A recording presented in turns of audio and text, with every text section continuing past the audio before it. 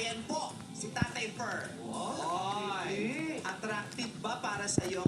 O, para kay Ate Luz naman, ipakita natin. Ayan. Ay, So, super wala smile din.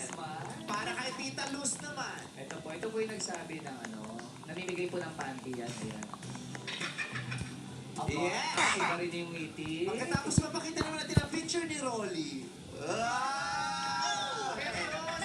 May nagmamayari kay Rolly.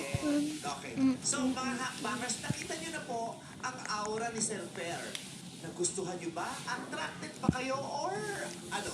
Akyat o baba? Base po sa itsura, kayo ba yung aakyat po o bababa? Gusto niyo po ba yung physical na anyo? Umakyat lahat, Sir Per. Perfect